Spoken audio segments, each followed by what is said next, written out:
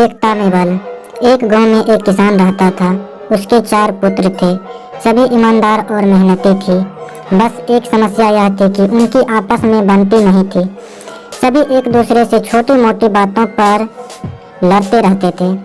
अपने पुत्रों के बीच होने वाली लड़ाई से किसान बहुत परेशान था। उसने कई बार इनको आपस में मिलाने की कोशिश की पर असफल रहा। धीरे धीरे किसान बूढ़ा हो चला, लेकिन उसके लड़कों के बीच लड़ाई का सिलसिला वैसे ही चलता रहा। किसान ने अपने लड़कों को मिलाने के लिए एक तरकीब बनाई। उसने अपने पुत्रों को एक साथ बुलाया। पिता का अंतिम समय देखते ही चारों पुत्र एक साथ उसके पास पहुंचे। सभी पुत्रों ने पिता से उन्हें बुलाने का कारण पूछा तो किसान बोला, आज मैं तुम सबको एक काम देने जा रहा हूं और मैं देखना चाहता हूं कि कौन इस काम को भली भांति कर लेगा।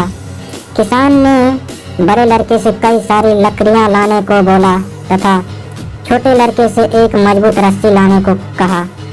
लड़के ईमानदार और मेहनती थे। पिताजी की आज्ञा मानते हुए वे लकड़ी और रस्सी लेने निकल जाते हैं।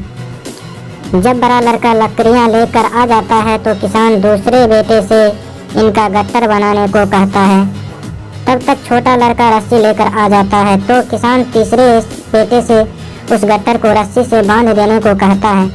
लड़का उनकी आज्ञा का पालन करता है। बड़ा लड़का कहता है, पिताजी अब हमें क्या करना है।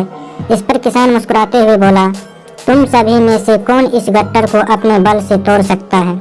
तो एक एक करके सभी लड़कों ने कहा, यह तो बहुत ही आसान है काम है, इसे तो मैं चुटकी बजाते ही कर दूंगा। फिर क्या था, अपनी बात साबित करने के लिए वो आपस में झगड़ने लगे कि इसे मैं ही तोड़ूंगा। किसान बोला, मैंने तुम्हें यहाँ झगड़ने के लिए नहीं बुलाया है, तुम लोगों को बारी बारी से मौका दिया जाएगा। सबसे पहले बड़े लड़के को मौका मिला। उसने भरसक कोशिश की परंतु वह लकड़ी के गट्टर को तोड़ नहीं पाया। इसी तरह से अन्य लड़के भी उस गट्टर को तोड़ नहीं पाते हैं। किसान कहता है, अब इन लकड़ियों को कौन तोड़ेगा। तो सभी उन अलग अलग लकड़ियों को तोड़ लेते हैं।